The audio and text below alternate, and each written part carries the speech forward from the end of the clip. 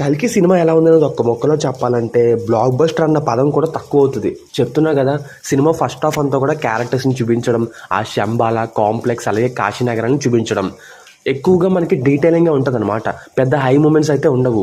ఎప్పుడైతే అశ్వత్థామ క్యారెక్టర్ వస్తుందో అక్కడి నుంచి కూడా సినిమా నెక్స్ట్ లెవెల్. మళ్ళీ ఇంటర్వెల్ తర్వాత కొంచెం తగ్గినట్టు ఉన్న సినిమా, ఆ తర్వాత మళ్ళీ క్లైమాక్స్ అరగంట కూడా నెక్స్ట్ లెవెల్ భయ్యా. పిచ్చెక్కిపోద్ది. ప్రభాస్ క్యారెక్టర్ ట్విస్ట్, ఆ క్యామియోస్ ఇవన్నీ కూడా చాలా బాగున్నాయి. సినిమాలో విజువల్స్ మాత్రం నెక్స్ట్ లెవెల్. అంతే, ఇంకా బాలీవుడ్తో కంపారిజన్ కాదు, హాలీవుడ్ విజువల్స్నే తల ధన్యాల రేంజ్లో తీశాడు డైరెక్టర్ నాగశ్విన్. బీజిఎం మాత్రమే నాకు కొన్ని చోట్ల అప్ టు ద మార్క్ లేదనిపించింది. ఇంకా సినిమా ఫస్ట్ హాఫ్ స్లోగా ఉండడం, సెకండ్ హాఫ్ స్టార్టింగ్ కూడా కొంచెం స్లోగా ఉండడం, అలాగే డ్రామా కొంచెం అంత బాగా పండలేదు అనిపించడం, ఇవి తప్పిస్తే ఇంకా ఏది మైనస్ పాయింట్ అయితే నాకు కనిపించలేదు. ప్రభాస్ కామెడీ రోల్ కూడా అదిరిపోయింది. డెఫినెట్గా సినిమాని థియేటర్లో చూసి తీరాల్సిందే. సినిమాకి నా రేటింగ్ వచ్చేసి 4.5. నేనే ఇంత రేటింగ్ ఇచ్చానంటే మీరు ఆలోచించండి.